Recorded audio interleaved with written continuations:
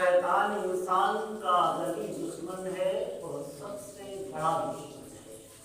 اللہ تبارک و تعالیٰ نے اسی لیے ڈکلیئر کر دیا کہ شیطان تمہارا بڑا دشمن ہے اور ازلی دشمن ہے اور ذاتی دشمن ہے، اور ہمارا بھی شیطان ذاتی دشمن ہے۔ اس لیے اللہ تبارک و تعالیٰ نے شیطان سے پناہ مانگنے کے لیے جو اپنا نام اس میں شامل کیا، اس میں ذات لایا، اس میں صفات نہیں لایا۔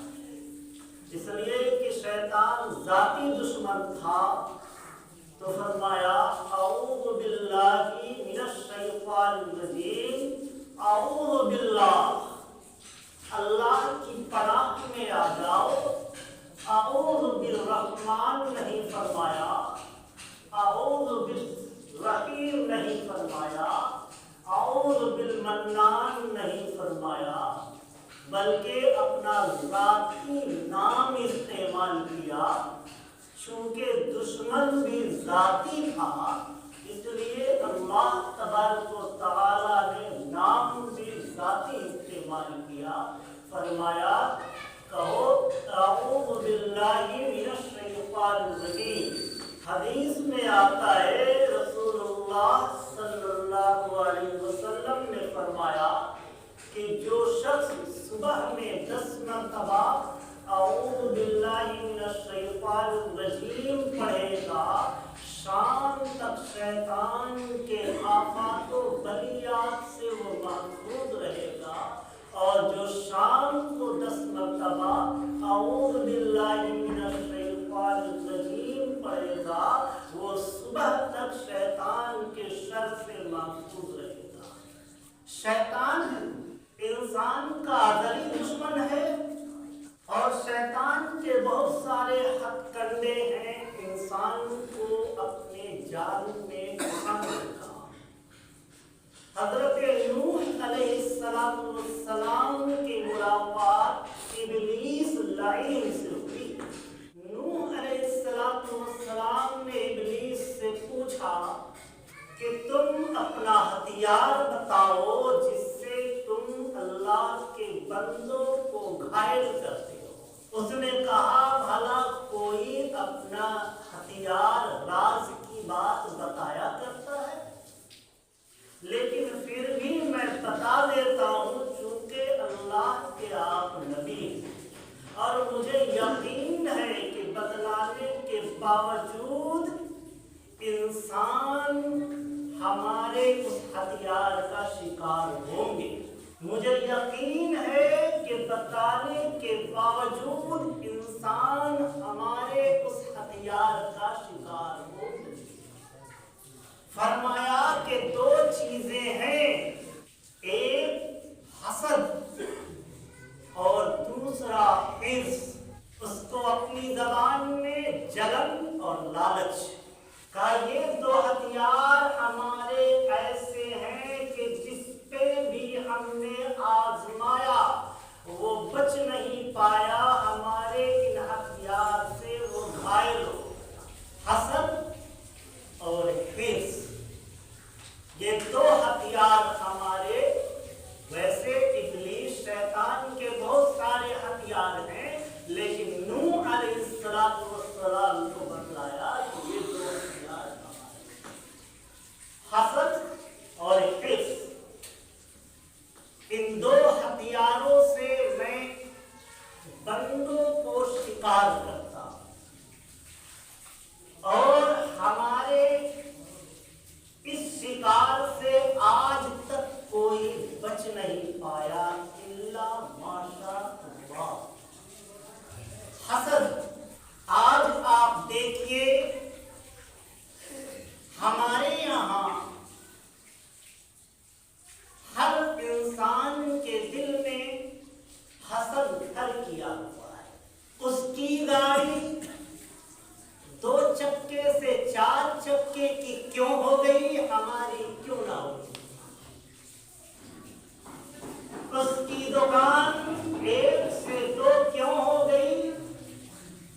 کیا کرتا ہے؟ اس کا مکان اتنا عالی شان کیوں بن گیا؟ وہ زمانے میں اتنا شہرت کیوں پا گیا؟ یہ حسد آج انسانوں کے دلوں میں کوٹ کوٹ کے بھرا ہوا ہے۔ یہاں تک کہ کسی محفل میں اگر کوئی شخص آپ کی اچھائی بیان کرنے لگے تو اسی محفل میں ایک دوسرا شخص فوراً تیار ہو جائے گا آپ کی برائی بیان کرنے کا، یعنی اسے آپ کی اچھائی اور بھلائی سننا گوارا نہیں ہے، اس کے دل میں اتنا حسد ہے۔ اور یہ حسد سے ابلیس لعین نے بڑی بڑی قوموں کو ہلاک کر دیا، برباد کر دیا، تباہ کر دیا۔ اسی حسد سے یہودیوں کو شیطان نے ہلاک کیا۔ قرآن کریم نے فرمایا یہ عیسائی جو حضرت عیسیٰ علیہ السلام کو اللہ کا بیٹا کہتے ہیں، ان کا کرسمس ڈے ہے۔ آپ دیکھیں گے کہ اس کرسمس ڈے میں غیروں کے ساتھ مسلمان بھی اس کے اس تہوار میں کس طریقے سے شامل ہوگا۔ الحیاذ باللہ۔ کرسمس ڈے ہے کیا؟ یہ عیسیٰ علیہ السلام کی پیدائش کا دن وہ لوگ کہتا ہے، لیکن عیسیٰ علیہ السلام کی الوہیت کا وہ سرعام اعلان کرتا ہے۔ یہ ایک ایسی قوم ہے کہ دنیا میں ایک ایسا فارمولا لایا جو آج تک کسی کے دماغ میں دھسا نہیں، کسی کے سمجھ میں نہیں آیا۔ یہاں تک کہ بڑے بڑے کرسچن اسکالر کو بھی یہ فارمولا سمجھ میں نہیں آیا۔ 3 میں 1، 1 میں 3۔ ہم نے کہا ثالث ثلاثہ، یہ 3 میں 1 کی 3 ملا کر کے 1 ہے اور 1 میں 3۔ یہ آج تک کسی کو سمجھ میں نہیں آیا کہ حضرت مریم، حضرت عیسیٰ اور اللہ تبارک و تعالی یہ 3 خدا ہیں اور تینوں ملا کر کے 1۔ یہ فارمولا بڑے بڑے عیسائی اسکالر کو بھی سمجھ میں نہیں آیا، اس لیے انہوں نے اپنی کتابوں میں ساری چیزوں کے بحث کے بعد یہ لکھا کہ آج تک دنیا کو ہم اس فارمولے پہ مطمئن کر نہ سکے، آج تک دنیا کو ہم اطمینان نہ دلا سکے۔ یہ کرسمس ڈے تو کرسچنوں نے، عیسائیوں نے حضرت عیسیٰ علیہ السلام کو اللہ کا بیٹا مان لیا، حالانکہ عیسیٰ علیہ السلام کو بنا باپ کے پیدا، بغیر باپ کے پیدا۔ ایک نے جرم کیا کہ ایک رسول کو، ایک نبی کو اللہ کا بیٹا قرار دے دیا۔ یہ ایک قوم، ایک مذہب کے لوگوں نے کیا، دوسرے مذہب کے لوگوں میں ابلیس لعین نے حسد ڈال دی، حسد ڈال دی کہ وہ اس کا نبی تو اللہ کا بیٹا ہے، تمہارے یہاں کیا ہے؟ اب وہ تو رتبے میں تم سے آگے ہو گئے، وہ درجے میں تم سے آگے ہو گئے، اس لیے کہ اس کا نبی اللہ کا بیٹا ہے۔ عیسائیوں کے دعوے کے عیسائی نے جب یہ دعویٰ کیا، اس کے مقابلے میں حسد میں یہودیوں نے دعویٰ کیا کہ ہم بھی خالی نہیں، ہمارے یہاں بھی اللہ کا بیٹا ہے، اور وہ حضرت عزیر علیہ السلام۔ وقالت اليہود عزیر ابن اللہ، اور یہودیوں نے کہا کہ عزیر اللہ